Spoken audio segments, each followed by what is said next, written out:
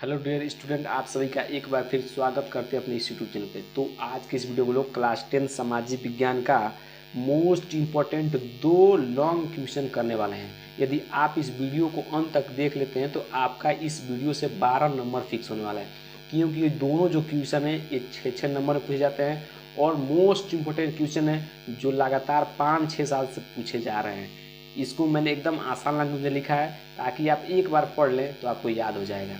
ठीक है, चलिए वीडियो को स्टार्ट करते हैं। और वीडियो को स्टार्ट करने से पहले मैं आपको एक इन्फॉर्मेशन देना चाहता हूं कि यदि आप चाहते हैं कि आपके सभी सब्जेक्ट में 90+ स्कोर हो तो आप चैनल में प्लेलिस्ट बना हुआ है, जाकर उसे जरूर देखें। उसमें सभी सब्जेक्ट की तैयारी chapter wise most important question साथ कराई जा रही है। मैथ, साइंस और सामाजिक विज्ञान का जो अनसॉल्व सेट है 2024 का, उसको भी मैं एकदम अच्छे से करा रहा हूँ। आप जाकर चैनल में प्लेलिस्ट बने हुए जाकर देखिए और हर सब्जेक्ट में 90+ लाने का मेहनत कीजिए, बिल्कुल हो जाएगा। ठीक है, चलिए वीडियो को स्टार्ट करते हैं। और वीडियो को स्टार्ट करने से पहले यदि आप मेरी वीडियो को पहली बार देख रहे होंगे तो वीडियो को लाइक कीजिएगा, चैनल को सब्सक्राइब कीजिएगा ताकि आपके सभी इंपॉर्टेंट वीडियो आपके पास सबसे पहले पहुँच जाए। ठीक है, चलिए आपको स्टार्ट करते हैं और मैं आपको बताता हूँ। ठीक है, पहला प्रश्न है कि फ्रांस की क्रांति के क्या कारण थे। पहला प्रश्न इसमें है कि फ्रांस की क्रांति के क्या कारण थे। ठीक, किन्हीं 4 कारणों का उल्लेख करना है। क्या करना है आपको? 4 कारणों का करना है, उल्लेख करना है। ठीक है, चलिए मैंने एकदम आसान लैंग्वेज में लिखा है, एक बार पढ़ेंगे आपको याद हो जाएगा। पहला आपको लिखना है अमीर और गरीब में असमानता। पहला जो कारण था क्या था? अमीर और गरीब में क्या था? असमानता थी। ठीक ना? ठीक, तो देखिए क्या लिखना है इसमें। करेंगे फ्रांसीसी समाज 3 वर्गों में बटा था। जो फ्रांसीसी समाज था वो 3 वर्गों में बटा था। पादरी, कुलीन वर्ग और आम लोग। ठीक, मतलब आम जनता। ठीक है, पहले 2 वर्गों को जन्म से ही विशेषाधिकार मिलते थे। जो 2 वर्ग थे कौन कौन? पहला था पादरी और कुलीन, इनको जन्म से ही विशेष अधिकार मिलते थे। ठीक है, और उन्हें करों से छूट मिलती थी। और उन्हें क्या होता था? वो करों से छूट मिलती, मतलब कर नहीं देना पड़ता था। ठीक, वही आम लोगों को करों का भुगतान करना पड़ता था। जो आम लोग थे उनको करों का करना था, भुगतान करना पड़ता था। ठीक, आपका रहा पहला पॉइंट। कोई दिक्कत नहीं चाहिए। पहला पॉइंट क्या है? अमीर और गरीब में असमानता को हेडिंग लगा देना है काले पेन से। ठीक है, उसका लिखना है कि फ्रांसीसी समाज 3 वर्गों में बटा था। पादरी, कुलीन वर्ग और आम लोग। ठीक, पहले 2 वर्गों को जन्म से ही विशेषाधिकार थे, मतलब विशेष प्रकार क्या था? अधिकार था। ठीक है, और उन्हें करों से क्या था? छूट मिलती थी। ठीक ना, उनको करों में क्या मिलता था? छूट भी मिलती थी। लेकिन वही जो आम लोग थे उनको करों का क्या करना था? भुगतान करना पड़ता था। ठीक, पहला पॉइंट हो गया आपका। चलिए दूसरा पॉइंट देखिए। दूसरा पॉइंट क्या है? दूसरा पॉइंट आपको बस थोड़ा सा लिखना है कि भारी करों से थकान। ठीक ना, क्या था? भारी करों से थकान। फ्रांसीसी लोग भारी करों से थक चुके थे। जो फ्रांसीसी के लोग थे वो क्या थे बाबू?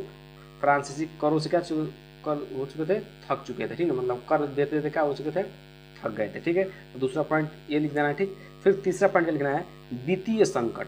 वित्तीय संकट के बारे में लिखना है। ठीक ना, वित्तीय संकट हेड लगाना है। फिर आपको लिखना है कि लुइस सुल्हावा के शासनकाल में सरकार की वित्तीय स्थिति बहुत खराब थी।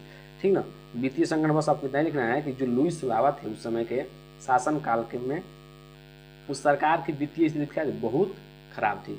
मतलब जिस समय लुइस सुल्हावा फ्रांस का राजा माना जाता था उसमें क्या थी? फ्रांस की स्थिति क्या थी? बहुत ज़्यादा खराब थी। ठीक, चलिए तीसरा पॉइंट हो गया। अब हम चलते हैं चौथे पॉइंट पर। चौथा पॉइंट क्या है? फसल की विफलता। जो फसल क्या थी? विफलता थी, वो चौथा कारण है। उसमें क्या लिखना है आपको? बस इतना ही लिख देना है कि कृषि का घरेलू उत्पादन में करीब 75% हिस्सा था। जो कृषि था वो घरेलू उत्पादन में करीब 75% हिस्सा था उसका। आप सोच सकते हैं कितना ज़्यादा हो रहा है। ठीक ना, पुरानी उत्पादन विधियों के कारण, जो पुरानी उत्पादन विधियाँ थी उसके कारण खेती श्रम गहन थी और फसल रोगों के प्रति संवेदनशील थी। क्या थी? जो फसल थी वो रोगों के प्रति क्या थी? संवेदनशील थी। ठीक है, तो आपको 4 पॉइंट लिखना था। ठीक ना, पहला प्रश्न आपका कंप्लीट हो चुका है। पहला लिखना है, क्या लिखना है आपको? कि अमीर और गरीब में असमानता। दूसरा लिखना है भारी करों से थकान। तीसरा पॉइंट है आपका वित्तीय संकट और चौथा पॉइंट है फसल की विफलता। बस आप इतना लिख देंगे तो आपको 6 नंबर मिल जाएगा। इसीलिए मैंने पॉइंट वाइज लिखा है हेडिंग लगा कर, ताकि आपको याद करने में कोई भी तकलीफ न हो। ठीक है, चलिए इस तरह हम दूसरा प्रश्न करते हैं। दूसरा प्रश्न देखा क्या है? दूसरा प्रश्न कर रहा है कि भारत की संघीय व्यवस्था की विशेषताओं का वर्णन कीजिए। मोस्ट इंपोर्टेंट क्वेश्चन है बाबू, देख सकते हैं कितना बार रिपीट हुआ। 2024 में पूछा है, 22 में, 20 में, 19 में, 18 में प्रश्न आ चुका है। ठीक है, तो मोस्ट इंपोर्टेंट क्वेश्चन है। और ये प्रश्न कितने नंबर आए हैं? दोनों प्रश्न है 6 नंबर वाले प्रश्न है, लॉन्ग वाले। ठीक है, क्या है प्रश्न कि भारत की संघीय व्यवस्था की विशेषताओं का वर्णन कीजिए। एकदम आसान लैंग्वेज में लिखा है, चलिए मैं आपको दिखा देता हूँ। ठीक है, पहला देखिए, आपको हेडिंग लगाना है कि भारत की संघीय व्यवस्था का विशेषताएं निम्नलिखित है। ठीक ना, विशेषताएं क्या है? निम्नलिखित है। आप इतना हेडिंग लगा दीजिएगा। फिर आपको एक एक पॉइंट उसमें लिख देना है कि भारत के संविधान में क्या बाबू, भारत के संविधान को राज्यों का एक संघ घोषित किया गया है। ठीक है, देखिए क्या कह रहा है कि भारत के संविधान में भारत को राज्यों का एक संघ घोषित किया गया है। पहला पॉइंट आपको ये लिख देना है। ठीक है, दूसरा पॉइंट क्या लिखना है कि भारत में शासन के 3 स्तर हैं। जो भारत है उसमें शासन के कितने स्तर हैं? 3 स्तर है। कौन कौन? केंद्र राज्य और पंचायती राज और नगर पालिका। आपको 3 पॉइंट लिखना है कि भारत में शासन के 3 स्तर हैं। पहला क्या है? केंद्र राज्य और पंचायती राज और नगर पालिका। ठीक, दूसरा पॉइंट आपको इतना अच्छा समझ में आ गया, कोई दिक्कत नहीं होनी चाहिए। ठीक है, चलिए अगला पॉइंट देखिए कि संविधान के जरिए केंद्र सरकार और राज्यों के बीच शक्तियों का बंटवारा किया गया है। किसके द्वारा? वो संविधान के द्वारा। ठीक ना, संविधान के द्वारा क्या किया गया है? केंद्र सरकार और राज्य सरकार के बीच शक्तियों का बंटवारा किया गया है। ठीक, तीसरा पॉइंट हो गया। चौथा पॉइंट आपको क्या लिखना है इसमें? चौथा पॉइंट लिखना है बाबू कि संविधान में संशोधन करने का अधिकार संसद को है। अगर संविधान में कुछ बदलना है, ठीक है, तो उसको बदलने का अधिकार किसको है बाबू? संसद को है। ठीक है ना, पांचवा पॉइंट हो गया, चौथा पॉइंट हो गया।